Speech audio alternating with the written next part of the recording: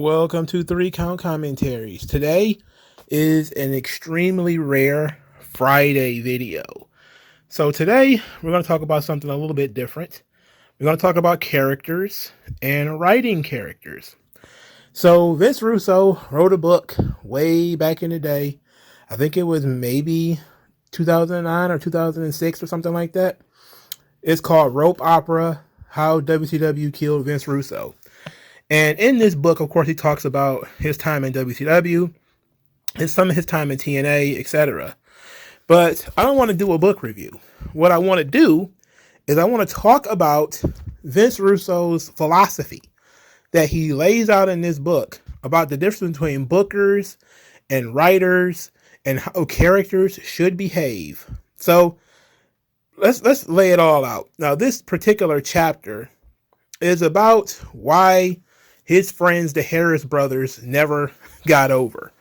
And essentially, he kept talking about the difference between bookers and writers and how they present characters. Now, this is an interesting little bit here. I'm going to have to, it's going to be all from the same chapter, but I'm going to read it in a way where it makes more sense, because I'm going to put his philosophy first, and then I'm going to spread it out a little bit later, okay? So he says, quote, "Booking is a poor attempt at writing by wrestlers who are attempting to be writers. Truth is, to a writer, it's an insult. I've been in the wrestling business for 15 years now, and I've never worked with or seen a professional wrestler who can actually pass for a writer. Just like I've never seen a writer who could actually pass as a professional wrestler." Then he talks about his time there. He said, "I learned my lesson the hard way. What's the excuse of bookers? How low do ratings have to go before they hand the pencil over to somebody who knows what to do with it? That's why the Harris twins were never over. With wrestlers booking them, they simply looked at was the fact that these guys were unique. You have identical twin monsters here that automatically be over by just going out there and destroying people. Well, if that's the truth, how come the Harris boys weren't the biggest thing since the Olsen twins? The answer is simple. Nobody cared about them. Nobody cared about them because we knew nothing about them. There was nothing pulling on our heartstrings. They had no personality, no shades of gray. That's where writing comes in. A writer uses his craft to make characters multidimensional. A writer makes you care about the wrestler, exposing layer after layer of that character's personality. Then, once you know the character, he puts into certain situations and allows to act that character would given those conditions or circumstances." Now, that part, perfectly fine, right? That part actually makes sense. You don't just throw guys out there and then expect them to get over. He is absolutely right on that. But before he said that, he said this. "My question is, why can't people act and speak in wrestling like normal people would in the real world if under the same circumstances? In other words, don't have fake wrestlers act like fake wrestlers. Have human beings act like human beings. In wrestling, it's also black and white. Heels act one way, babyfaces act another. Is that true of people in today's society? The world consists of shades of gray. There are people at times when a person is good, and at times when he or she is not so good. It all depends on the individual and the circumstances." And then later he says, "That's where bookers lose it.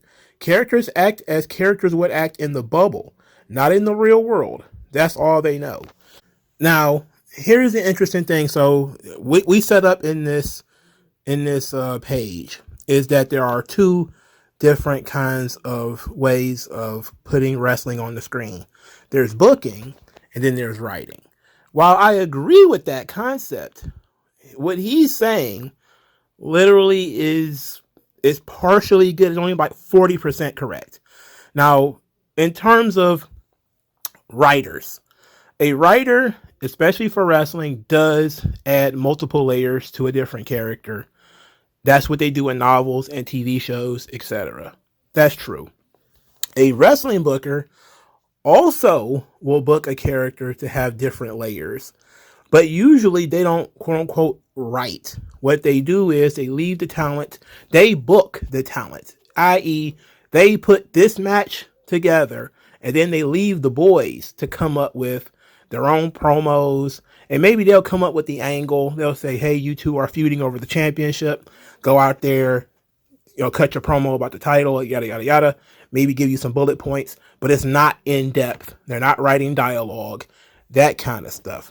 Now, a writer does write dialogue because it's their idea being acted out. Just like you, if you were to write a play, you're writing the characters, where the characters are going, what the characters are saying, because you're also writing the responses, and yada, yada, yada, right? Okay, now we understand that there's the writer and there's the booker. Now, what he's talking about is that bookers, they only think about the bubble, while the writer should be thinking about how real people act in the real world. That's the part that's really, really wrong. Okay? That part is really wrong.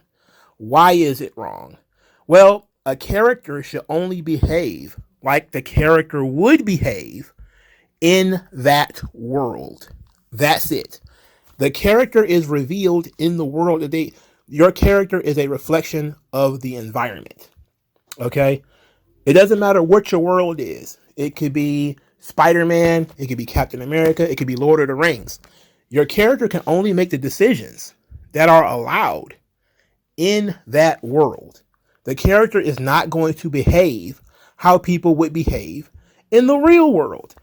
If you had that sort of mentality, then we wouldn't have had the Attitude Era in the first place, because in the real world, Vince McMahon would have fired Stone Cold Steve Austin for insubordination approximately 2 weeks into the storyline. See, that's why you can't, and it's not even consistent. That's the worst thing about it. It's not consistent with his worldview that people should act how they would act in the real world. That's not how people act in the real world. In wrestling, conflicts are resolved in the wrestling ring. On other shows, conflict may be resolved in different ways. And those different ways will be dictated by the environment. For instance, how a conflict on a children's cartoon is dealt with versus how a conflict is resolved in an adult cartoon are two different things. It's neither one of those things are going to be based on the real world. They're going to be based off the universe or the bubbles that they exist in. That's how this works. And look, if you try to take Vince Russo at face value, a lot of the things that he was involved with literally would not happen in the real world. Mark Henry would not literally be dating an 80-year-old white woman in the real world. She would not get pregnant with a hand in the real world. Japanese guys would not cut off a porn star's penis in the real world. That's not the real. In fact, the Attitude Era was so detached from the real world that was part of the draw of it, is that it was so Looney Bin Jim over the top.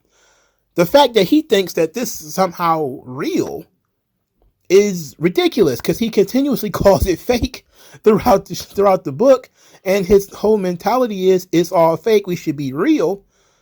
But the idea that we're going to choppy your people, that's not a real concept. All right? That doesn't really happen. And in the off chance that it does happen, it makes the news and somebody ends up in jail. That's not the real world. But in wrestling universe, you can have 4 or 5 Japanese guys jump a dude for having sex with one of their sisters or a wife or whatever. And that's how you resolve the conflict in the ring. That's the bubble. Okay? I don't know why he gets this idea from, that wrestlers should act how people should act in the real world. Because if that was the case, these storylines would be quickly over with. Most people are conflict avoidant anyway. Very, very few people actually are okay with conflict in the real world. In television shows, there are predatory individuals who are looking for conflict, who revel in conflict. A guy like a Brock Lesnar doesn't really exist in the real world. A guy who is that motivated by conflict, a guy who actually seeks out conflict, a guy who actually is looking for it, those guys are extremely rare. You usually call them bullies, and they usually get killed off at some point. Either they end up in jail or they end up getting killed. That's how it happens in the real world. But in the wrestling business, they can be challenged in the ring. And then you could create a situation within the confines of the ring in which Brock Lesnar can be defeated. And you could overcome that bully. That's how you do writing in the wrestling field. Vince Russo should know this. Apparently, he's been doing it for a long time, but he just didn't get it. At least at this point in time, he didn't understand it. Now, here is something else that I noticed. So, to continue his argument against good writing and to sort of pump his own nuts up a little bit, he says that a clean example of booking versus writing is a few months after he left. Stone Cold Steve Austin was playing guitar wearing a cowboy hat, 2 sizes or 6 sizes too small or whatever. And how did Stone Cold Steve Austin go from the Stone Cold bounty hunter to this character that he was talking about with the cowboy hat? Well, for starters, he's factually incorrect. Vince Russo, even in his own book, said he took over WCW in 1999. Steve Austin didn't turn heel until 2001. That wasn't a few months, brother. That was over a year. So that means in over a year, the Steve Austin character changed. The Steve Austin character evolved. Isn't that the whole thing that he's been talking about here, that characters should be multidimensional? Second is that it wasn't his idea to wear the hat. It was Kurt Angle's idea to wear the hat. So he's factually correct in terms that Stone Cold Steve Austin did have a tiny cowboy hat on. But he wasn't completely true in so much as it wasn't Stone Cold Steve Austin all of a sudden wearing a goddamn cowboy hat. That wasn't his idea. It was put on him by Kurt Angle, who was being silly at the time. And Steve Austin was also being silly, and it was also in the context of this situation where Stone Cold Steve Austin is now trying to butter up Vince McMahon. He's trying to be friends with Vince because now he's allied with Vince. The character has now changed. And now what the character is doing in the universe is different than what the character was doing before. So are you for static characters that don't change, in which they will not be multi-layered or multi-dimensional, which is what he's claiming that he wants? Or can characters, are they fluid, and are they able to change? Are they able to show shades of gray? Are they able to do different things? Because if they were, he wouldn't have been upset about Stone Cold Steve Austin wearing a cowboy hat. He would have tried to figure out why that was happening. Now, I'm not even going to say that that was a good thing, that Stone Cold Steve Austin was even in that position. That's not true. Now, in terms of shades of gray, I see a lot of people who say this whole shades of gray. I said it before. I say it all the time on this channel. Everybody say it with me. Wrestling is a morality play. There's good, then there's evil. There has to be a way for good to overcome evil. That's how wrestling works. Nobody is coming to these shows to boo the same person 1 minute and then cheer them the next and see this waffling back and forth. People they detach from that. They don't get involved behind that. People truly believe in their heroes because the heroes act in a way that they would want them to act. They would want to, if they had, I'll give you a good example. I'm not even going to go with a normal example. A guy like the Iron Sheik. All right, you got the Iron Sheik. Number one, USA, hawk to it. Right? Everybody wants to hop the barricade and kill that guy, right? But they can't. So you have a guy like Hulk Hogan. You have a guy like Sergeant Slaughter, a guy like Hacksaw Jim Duggan. They come in, they wave the flag, and guess what? They do what the crowd wants to do, which is beat up this guy who's talking about how America sucks. That's how you build a baby face. That's what makes people interested in you, is that you are wish fulfillment. That's why people like Batman and Superman, and why they like characters like that is because it is wish fulfillment. I wish I could do something about this evil bastard doing evil bastard things, but I can't. But somebody can. And then that person is the person that I would cheer for in that conflict. Now, of course, that conflict can change over time, like the Steve Austin, Bret Hart thing, where the conflict shifted. But the conflict shifted. It didn't just magically change over time, or just magically change on a dime, I should say. It was a collection of Stone Cold Steve Austin having heroic traits, but not really, more honorable, virtuous traits.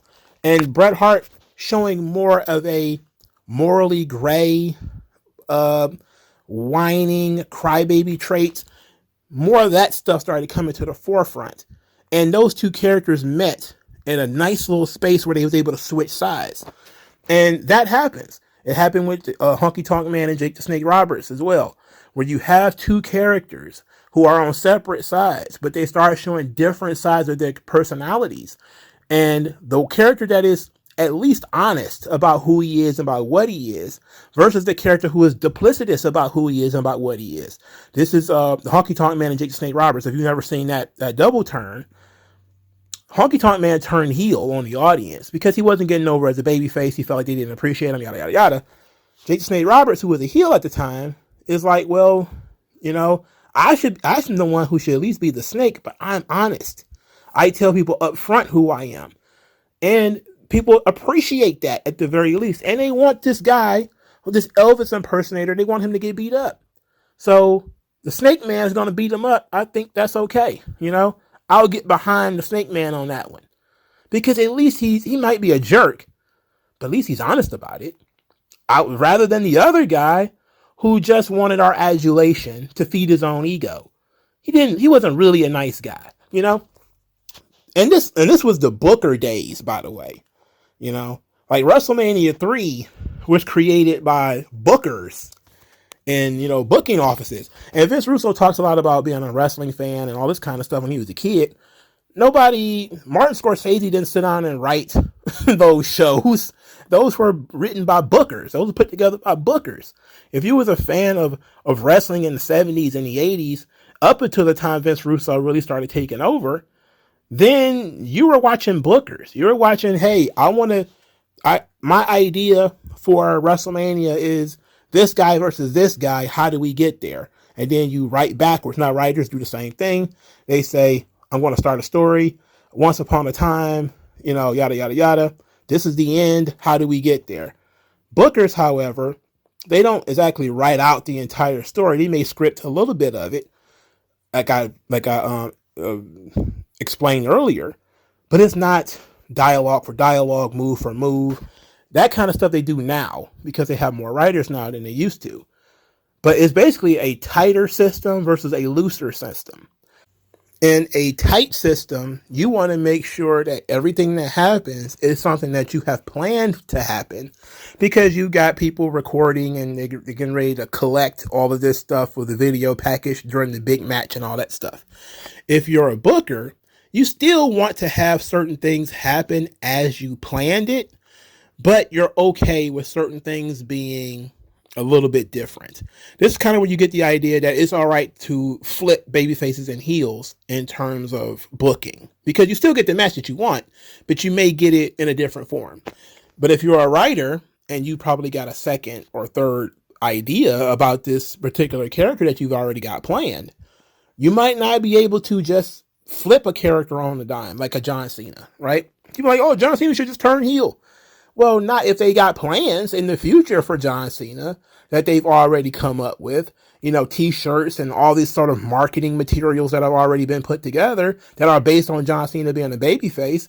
Why on earth would they decide, I'm going to throw all that money away for the short-term effect of turning him heel now? And if you think that, oh, well, he could have made just as much money as a heel, you're probably not true. That's probably not true for starters. Secondly, most people are not willing to take the risk. Roman Reigns, it worked because there was no audience. There was no tickets to be sold. He actually got to go out there with no audience and play in front of the camera, and it actually worked. That's pretty much, I think, the only reason why we probably got Roman Reigns to turn heel right now is because they loosened up and let him do what he wanted to do because they needed him to be on the show. And since he didn't have to worry about the crowd interfering with what he does, then he got to actually go out there and cut the promos. He got the time. And, you know, it's a little bit different. You know, during the Thunderdome era with no audience, you get to play a little bit more. Back in the day, they played a little bit more at the house shows. They would do live events. It was like Lex Luger coming out with the title, like trying to see how people would react to it. And if they decided to give Luger the belt, that would have made TV. But they decided they weren't going to give Luger the belt, so it didn't make TV. You know, that that's the kind of stuff that you can do, in wrestling in general. That makes it a little bit different from other forms of entertainment. I had a conversation with somebody about whether wrestling was regular TV or not. And it's not. It can't be. Wrestling is too different from regular TV. You can watch it like a regular TV show because there are episodic nature of it from things built from week to week, but it's not ultimately not a regular television show. It's neither fish nor fowl when it comes to soap opera and sports. It's some crazy amalgamation of both of them. And that's what makes wrestling good, is that it is different from other forms of entertainment. And people who are into wrestling don't give a fuck about how things would be in the real world. Not really. Because people who are watching wrestling are engrossed by the wrestling portion of the show, but also in the over-the-top characters that exist literally nowhere else, usually, unless they're inspired by something from somewhere else. And that's what Vince Russo never got. He never got why people liked wrestling. He got why people loved stories. That part is easy. He never understood why people liked wrestling in particular. Wrestling is just one medium. And when it comes to a medium of storytelling, wrestling is just one kind. But for a wrestling fan, it is their favorite kind because a conflict, a moral conflict, can be situated out, not in an argument, at least not all the time, but in the ring, in a match, in which good faces evil in ways that are unique in terms of all of entertainment. Vince Russo never understood wrestling, which is why he thinks that the bubble is a bad thing. The bubble is literally everything that you watch has its own bubble. How he doesn't get that, I don't understand. But what do you guys think? Like, share, subscribe. I'll talk to you guys later. Peace out.